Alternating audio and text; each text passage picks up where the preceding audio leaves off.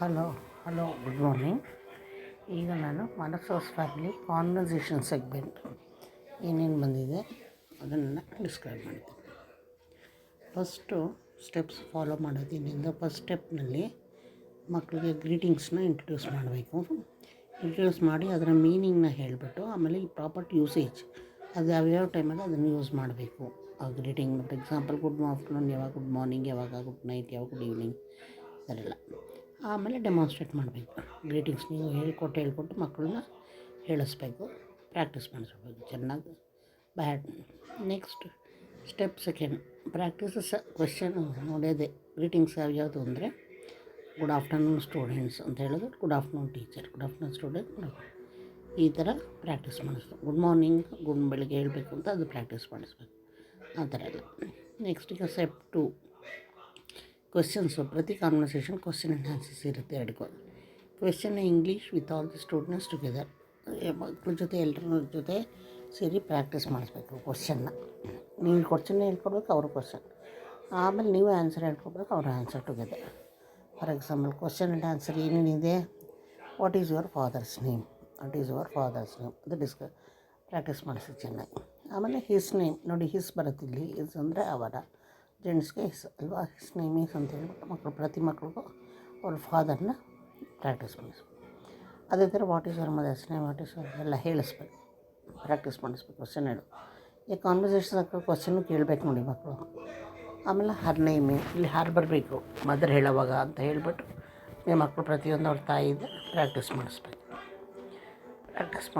ಇದು step. Next ಎಲ್ಲ ಮಕ್ಕಳನ್ನು ಸ್ಟೆಪ್ 3ನಲ್ಲಿ ಸರ್ಕಲಲ್ಲಿ ನಿಂತ್ಕೋಬೇಕು, ಕಾನ್ವರ್ಸೇಷನ್ ಸರ್ಕಲ್ನ ಮಾಡಬೇಕು. ನೀವು ಮೊದಲು ಶುರು ಮಾಡಬೇಕು. ಫಸ್ಟ್ ಕ್ವಶನ್ನ ಒಂದು ಮಗುಗೆ ಹೇಳಬೇಕು. ಆ ಮಗು ಆ ಕ್ವಶನ್ಗೆ ಆನ್ಸರ್ ಹೇಳುತ್ತೆ. ಆನ್ಸರ್ ಹೇಳಿದ್ರೆ ಅದೇ ಮಗು ತನ್ನ ಪಕ್ಕ ರೈಟ್ ಸೈಡ್ ಇರೋ ಮಗುಗೆ ಕ್ವಶನ್ ಕೇಳುತ್ತೆ. ಆ ಮಗು ಆನ್ಸರ್ ಮಾಡುತ್ತೆ. ಮಗು ಆನ್ಸರ್ ಅದೇ ಕ್ವಶನ್ ಮಾಡಿದ ಮನಸ್ಸು ಮಾಡುತ್ತಲ್ಲ, ತಿರ್ಗಾ ಪಕ್ಕದ ಮಗುಗೆ ಆನ್ಸರ್ ಮಾಡುತ್ತಲ್ಲ, ಆ ಮಗು ಪಕ್ಕದ ಮಗುಗೆ ಕ್ವಶನ್ ಮಾಡಬೇಕು. ಆ ಮಗು ಅದ್ರ ಪಕ್ಕದ ಮಗು ಆನ್ಸರ್ ಮಾಡಬೇಕು. ಹೀಗೆ ಕಾನ್ವರ್ಸೇಷನ್ ಸರ್ಕಲ್ ಕಂಪ್ಲೀಟ್ ಮಾಡ್ಬೋದು. ಇದನ್ನು ಕ್ವಶನ್ನು ಆನ್ಸರ್ ಫಸ್ಟ್ ಕ್ವಶನ್ ಮಾಡಬೇಕು, ಸೆಕೆಂಡ್ ಕ್ವಶನ್ನು ಮಾಡಬೇಕು. ಆಮೇಲೆ ಕೊನೆಯಲ್ಲಿ first question answer, second question answer, ಒಟ್ಟೊಟ್ಟಿಗೆ 2 ಕ್ವಶನ್ 2 ಆನ್ಸರು ಪ್ರಾಕ್ಟೀಸ್ ಮಾಡಿಸ್ಬೇಕು. Same procedure rest of the question and answer, same procedure.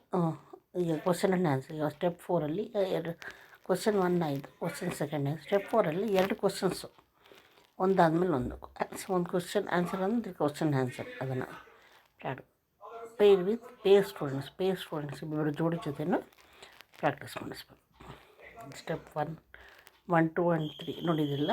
Weak 1, 2, 3, 4 ಏನೇನು ಮಾಡಬೇಕು, ಯಾವ್ಯಾವ ವೀಕಲ್ಲಿ ಯಾವ್ಯಾವ ಕ್ವಶನ್ನು, ಯಾವ್ಯಾವ ಟೈಮ್ಸ್, ಅದನ್ನು ಇಲ್ಲಿ ಕೊಟ್ಟಿದ್ದು.